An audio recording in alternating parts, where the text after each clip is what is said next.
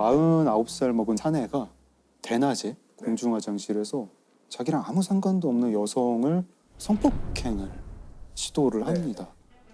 사내는 이제 칼을 들고 협박을 했는데 그 여성이 이제 막 도와달라고 했죠. 도와달라고 하니까 옆에 전통 한옥이 공사 중이었어요. 거기서 공사를 하시던 인부분들이 여성을 이제 구하려고 사내를 이제 에워쌉니다. 이 사내는 또 그 인부들을 상대로 칼로 싸우려고 해요. 근데 거기서 23살짜리 아르바이트를 하던 청년이 있었는데 사내를 제압을 하다가 크게 다칩니다. 거의 목숨의 위기까지 올 때까지 다치고 경찰은 이제 그 다음에 와서 체포를 해갔습니다. 일단 강간 미수로 입건이 됐고요. 경찰이 이제 뭐 추궁을 합니다. 추궁을 하는데 이 사람이 정말 깜짝 놀랄 자백을 해요. 내가 지난달부터 오늘까지 38일 동안 사람을 5명을 죽였습니다. 언론에서 흔히 뭐 난자했다라는 표현으로 살해를 했어요. 이유는 다 몇 푼 안 되는 돈 때문에. 뭐 어떤 때는 10만 원, 어떤 때는 20만 원. 대전 충남 지역에서 5차례에 걸쳐서 연쇄 살인을 저지른 40대 남자가 오늘 경찰에 붙잡혔습니다.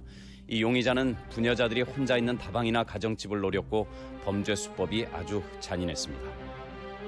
첫 살인이 이제 9월 9일에 대전에서 한 다방에 들어가서 그 여주인한테 몇십만 원을 빌려달라고 합니다. 여주인이 그거를 거부를 하니까 칼로 찔러서 살해를 했어요. 그리고 2주 정도 있다가 이번에는 가정집에 침입을 합니다. 가정집에 침입을 해서 거기 계시던 아주머니를 10만 원을 빼앗았는데 이분한테 그런데도 또 찔러가지고 살해를 했어요. 이번에는 한 일주일 남짓 있다가 또 대전에 있는 다방에 들어가가지고 그 20만 원을 빼앗고 그 다방 여주인을 살해를 하는데 아무 원한 관계도 없는 사람인데 칼로 38번을 찔러가지고 살해를 했어요.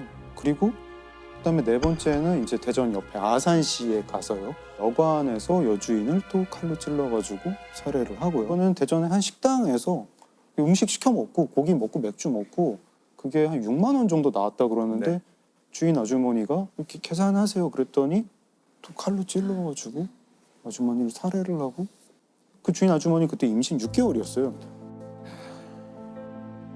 황 씨는 피해자들이 자신에게 순순히 돈을 내주지 않으면 임산부에게까지 무자비하게 흉기를 휘둘렀습니다. 다방 여주인을 살해할 때는 무려 38차례나 흉기로 찔렀습니다. 돈이 필요해가지고 그런 행동을 처음에 하게 됐었습니다. 잔인한 수법으로 무려 5사람의 목숨을 뺏은 뒤 황 씨가 손에 넣은 돈은 고작 60만 원이었습니다.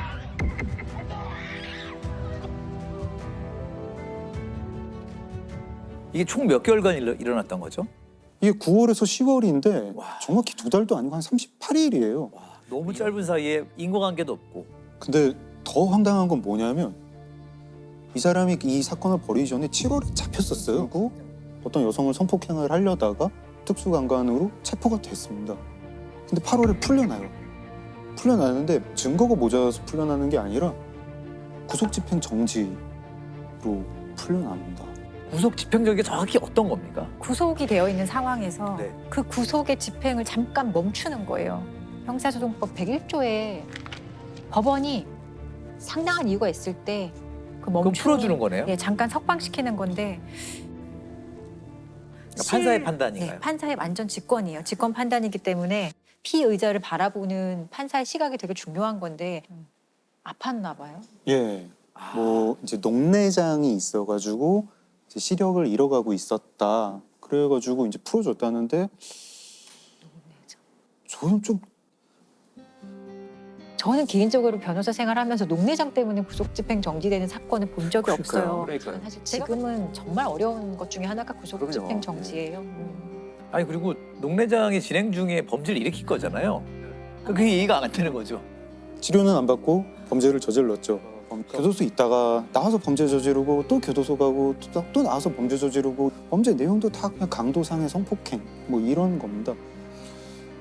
이거 이제 황영동은 붙잡혔죠. 붙잡혀서 1심에서는 사형 선고를 받고 2심에서는 다시 또 녹내장이 사유인데 무기징역으로 감형이 됩니다. 이 황영동을 붙잡은 23살 청년의 이야기도 되게 감명이 깊었어요. 그날 아르바이트를 하러 왔었는데 웬 흉악범이 칼을 휘두르면서 여성을 위협을 하니까 맞을지 모른다는 생각을 하면서도 그 흉악범을 막아야겠다. 제압을 한 거죠. 나중에 이제 당시에 기자들이 인터뷰를 하니까 내가 아니라 누구라도 이 일을 했을 것이다. 똑같이 했을 것이다. 되게 담담하게 얘기를 했다고 해요. 생계를 돕기 위해 일당 3만 원의 막노동 아르바이트를 하다 변을 당한 안 씨. 출혈이 심했지만 가까스로 목숨은 건졌습니다. 남들도 막상 그렇게 어렵게 처해 있으면 다 그렇게 다 하고 해갖고 그냥 한 겁니다. 양양에서 2014년에 있었던 사건인데 강원도 양양주택에서 불이 나 일가족 4명이 목숨을 잃었습니다. 이웃집 여자가 돈 때문에 저지른 범행인 것으로 드러났습니다. 경찰은 이 씨가 피해자들에게 수면제를 먹인 뒤 불을 지른 것으로 보고 있습니다. 이 가해자와 피해자는 학부모 관계로 두 분이 만납니다. 같은 동네 사는 친한 언니 동생 사이였는데 채무관계 때문에 사이가 나빠져요.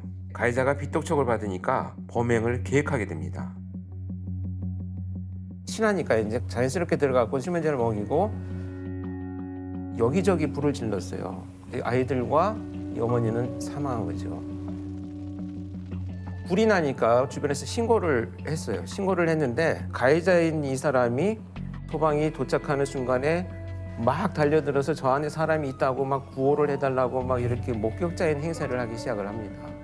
소름 끼친다. 그래서 사실은 이제 수사가 이제 어려워지고 그런 이제 배경이 되었는데 수사를 진행하다 보니까 목격자 행세를 했던 이 여성이 동네 사람들한테 이상한 소문을 내기 시작을 해요.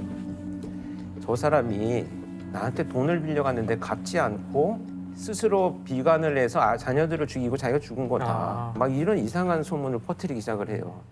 경찰이 화재가 다 진압되고 나서 다시 한번 집을 수색하자라고 하는 과정에 신발장 안에서 이 돌아가신 분이 자기한테 돈을 빌려간 게 아니고 이 사람이 돈을 빌려간 차용증이 발견된 거예요. 그것이 발견되면서 이제 반전이 일어나죠.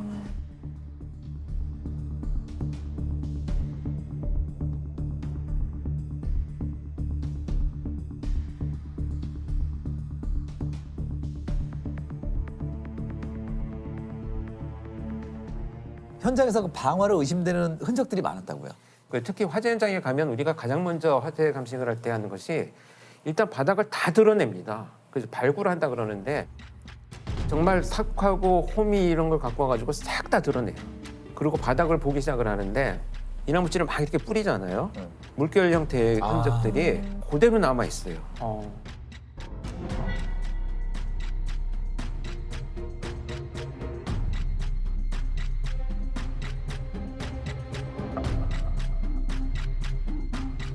이 현장에서는 몇 군데의 발화원이 있었어요. 몇 군데에서 불이 질러졌다라고 하는 얘기인데 전기 누전, 배선, 가스 이런 부분들은 아무 이상이 없었어요. 두 번째는 피해자들이 어디에 위치해 있는가거든요. 네네. 대부분 장구적인 노력을 할 때 보면 뭐 어디로 가겠습니까? 뭐 욕실이나 물이 있는 곳으로 가죠. 네. 싱크대, 욕실, 창문 이런 데서 발견이 되는 것이 정상적인 과정인데 그냥 바닥에 흩어져서 사망해 있었기 때문에 피해자들의 호흡기를 검사를 해봤더니 전부 검정매가 다 묻어서 나왔어요. 그러니까 호흡을 하고 있었다는데 이렇게 숨을 쉬고 있으면서도 불구하고 자구적인 노력을 못했다면 약물이나 기타 뭐 여러 가지 범죄 피해를 이미 당했을 가능성이 있으니까 부검 시에 약물 검사를 훨씬 더 많이 의뢰를 하죠. 지금 이 사건에 있어서는 다량의 수면제들이 발견이 됐기 때문에 계획적인 범죄다 이런 판단을 할 수 있는 단서가 돼 있는 거죠. 가해자는 이 사건 전에도 방화를 저질렀죠. 네, 그렇습니다. 이게 사실 이제 수사에서 더 밝혀진 것이 이 사건이 나기 3일 전에 자기하고 살고 있는 내연남을 방화 살인을 시도한 흔적이 또 발견됐어요. 지난달 강원도 양양에서 방화로 일가족 4명을 숨지게 한 40대 여성이 같은 수법으로 자신의 내연남도 살해하려 한 것으로 드러났습니다. 경찰은 내연남의 보험금 1억 7천만 원을 가로채려고 범행을 저지른 것으로 보고 있습니다. 근데 이 불을 이용했다라고 하는 것은 네. 어떤 그 심리적인 성향과 아주 깊은 관련이 있다고 봐요. 그래서 가해자 같은 경우에도 방화로 평상시에 스트레스를 풀어왔던 것으로 보여져요. 네네. 지금 5년간 1년에 한두 번 정도는 자기가 화상을 입은 흔적들도 나타나고 있거든요. 이건 불을 지르다가 자기가 화상을 입은 흔적이다 이렇게 볼 수가 있는데 아마 이런 사람들은 그 빛들 이런 것들로 인해서 궁지에 처해 있는데 이걸 해소하는 방법 중에 하나가 방화가 선택되었다 이렇게 보여집니다. 결국 이제 자신한테 친숙한 이 방화라는 방식을 범행 도구로 사용한 것이고요. 결국 양형은 어떻게 받았나요? 그래서 결국은 이제 사형이 구형이 되고 무기징역으로 선고가 났죠. 그래서 그만큼 위험성이 있고 계획적인 범죄다는 것을 법정에서도 인정한 사건이 되겠습니다.